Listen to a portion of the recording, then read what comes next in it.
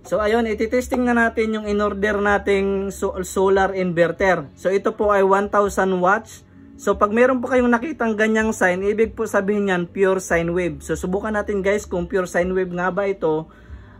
Pag pure sine wave po kasi original siya. Ibig sabihin kaya niya mga electric fan tulad nito, TV at mga speaker. Marami pang kayang mga wifi nyo. So yun, naikabit na natin siya sa ating battery. Ang ating pong battery ginamit is lead acid po, no, pang sasakyan. So mas maganda po guys, gagamitin yung battery is yung lithium LiFePO4 battery. So mas maganda po yun kaysa dito sa lead acid. So ito lang yung battery natin.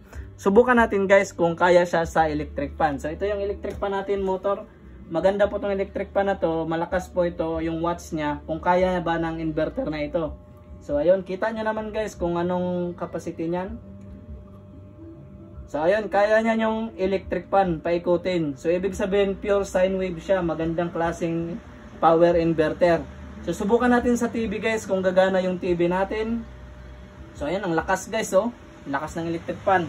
So kaya ng natin inverter, solar inverter, yung electric fan, rice cooker, kung ano pa guys, kaya niya. Marami pa siyang kayang lagyan ng supply. So subukan natin yung yung TV natin guys. So ayun, TV naman ang ititesting natin. So dito nakakonek yung ating nakakonek yung ating umilaw pa. Ang gamit nating battery guys is lead acid battery, pang sasakyan po, 4 wheels. So meron tayong solar inverter, ito po, pure sine wave. Tulad po ng sinabi ko, pag meron kayong makitang ganitong sign, ibig sabihin pure sine wave po siya.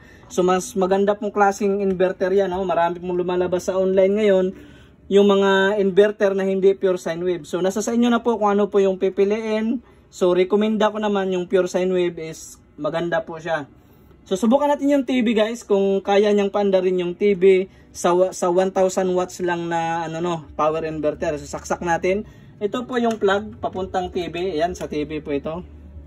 Saksak natin. Ayun. Tignan natin yung TV guys. Ayun, umilaw na. Ayun, kaya niyang paandarin yung TV.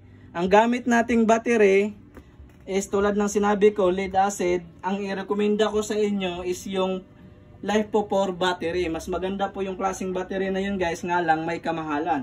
So abangan po natin ang susunod na video. Papakita ko po sa inyo kung paano pong diagram at paano po gumawa ng ating solar setup.